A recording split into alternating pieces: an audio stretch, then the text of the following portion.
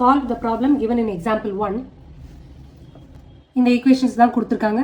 ரெண்டு பார்ட் இருக்கு. ஒவ்வொரு பார்ட்டா பார்க்கலாம். x squared coefficient 1 தான். So 324 நம்ம ஸ்ப்ளிட் பண்ணணும். எப்படி ஸ்ப்ளிட் பண்றது? -45 வர்ற மாதிரி ஸ்ப்ளிட் பண்ணணும். அப்ப நம்ம இப்படி ஃபேக்டரைஸ் பண்ணிட்டு பார்க்கலாம்.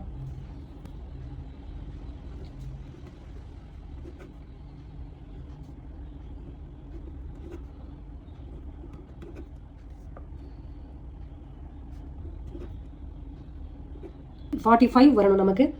பிரிச்சு ஆட் பண்ணால் அந்த நம்பர் 45 வரணும். -45. இங்கே கொடுத்துருக்கிறது +324. அப்போ ரெண்டு நம்பரும் நெகட்டிவ் நம்பராக இருந்தால் தான் +324 நமக்கு கிடைக்கும். Okay, 3 3s are 9, 3 2s are 6, 6 2s are 12, 12 3s are 36, 36 + 9 45. அப்போ நம்ம என்னன்னு பிரிக்கலாம்? 36 and 9 பிரிக்கலாம். இது ரெண்டுமே negative numbers. x² -36x -9x + 324 = 0. நம்ம குரூப் பண்ணி பார்க்கணும். குரூப் பண்ணி அதை சம் பண்ணி பார்த்தோம்னா -45 வருதா? இப்போ இது இந்த நம்பர் என்ன நம்பர் அப்படிங்கிறது ஃபேக்டரைஸ் பண்ணி குரூப் பண்ணி பார்த்தா தான் இந்த நம்பர் என்னன்னே தெரியும்.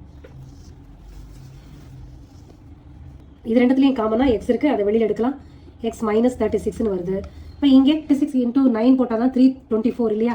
அப்போ இங்கே +9 -9 வெளியில் எடுக்கிறேன். அப்போ x இங்கே வரும், -36 இங்கே போயிடும். இப்போ x -9 × x -36ன்னு கிடைக்கும். அப்போ x -9 = 0 or x -36 = 0.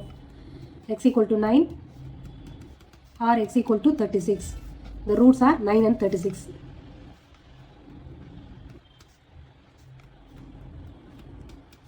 Second division பார்க்கலாம்.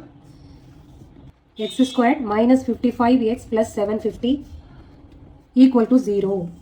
இதையும் இதே மாதிரி பிரிக்கலாம். ஃபேக்டரைஸ் பண்ணி பார்க்கலாம். -55 வரணும். +750 மைனஸ் இன்ட்டு மைனஸ்னு போட்டு நம்ம கண்டுபிடிக்கணும். இந்த 750 ஃபேக்டரைஸ் பண்ணுவோம். 5th table.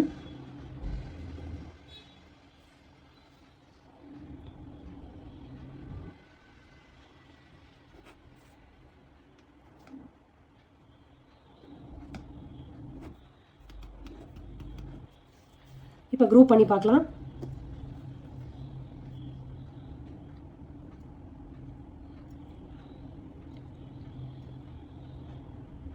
ஓகே, 25 + 13 போட்டால் 55 வருது இல்லையா? அப்போது 750 30 25ன்னு பிரிக்கலாம். x² -30x -25x + 750 = 0. இதில் குரூப் பண்ணால் எக்ஸை வெளியில் எடுத்தோம்னா x -13 வரும். இங்கே இதே மாதிரி இப்போ 25 வெளியில் எடுக்கலாம். அப்போ x -13 கிடச்சிரும். x -25 × x -30 = 0. அப்போ roots R x = 25 and x = 30.